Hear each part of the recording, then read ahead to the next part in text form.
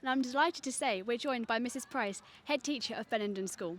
So, I suppose we should start by thanking you for holding the symposium here today. You must be delighted with how it's going so far. Hello, and it's wonderful to talk to both of you. Yes, we're really excited by the conference so far. We've had our first 3 speakers, and all of them have given us very, very different aspects of leadership for us to be able to focus on.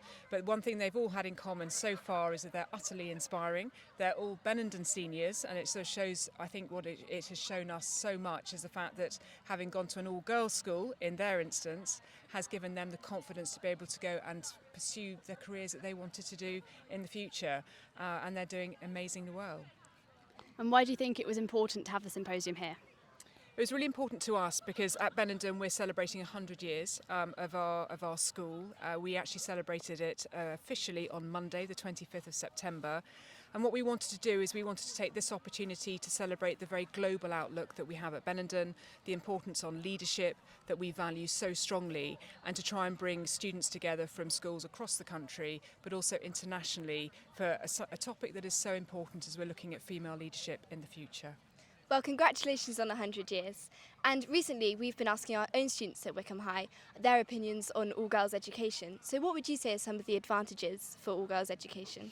Oh, I think there are lots of advantages. I think probably the most important one, certainly from the experiences that I've had working in girls' schools, is that if you're in a girls' school, you are less inclined to try to be something that you're not. So I find that girls are much more authentic if they're in a single-sex school.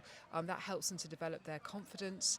You don't battle with makeup in quite the same way that you might do in a co-ed school. But I think also all of your role models are female in terms of student role models. You're not inclined towards subjects which aren't necessarily sort of all steered towards being sort of female subjects. So you have as many girls in a single-sex school who are going to be doing physics and biology and chemistry and maths as they might be doing English or the humanities subjects. So I think that there is no sort of bias when you're in a single-sex school, and I think that helps girls to really work out what it is they want to do. They have all the leadership positions. They are able to stand up and they're able to take all the key positions within your orchestra, on the stage, in public speaking, and also they form a wonderful sense of community and allyship, which is of course one of the things that Dee Dee Brooks spoke to us in our last speaker before lunch. And what advice would you give to year 5 or 6 students deciding to apply at a co-ed school versus an all-girls school?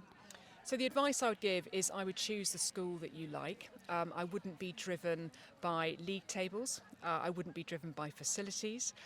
What I would be driven by is actually what is the atmosphere like at the school that you are visiting. Do you like the older students? Do they make you feel comfortable?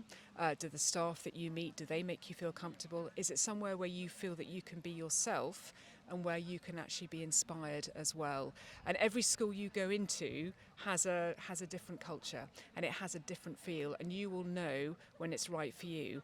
That may well be single sex, it may be co-ed. There's no right type of education. It's got to be right for the individual. Thank you for talking to us today, and good luck with the rest of the conference. Thank you very much. Thank you.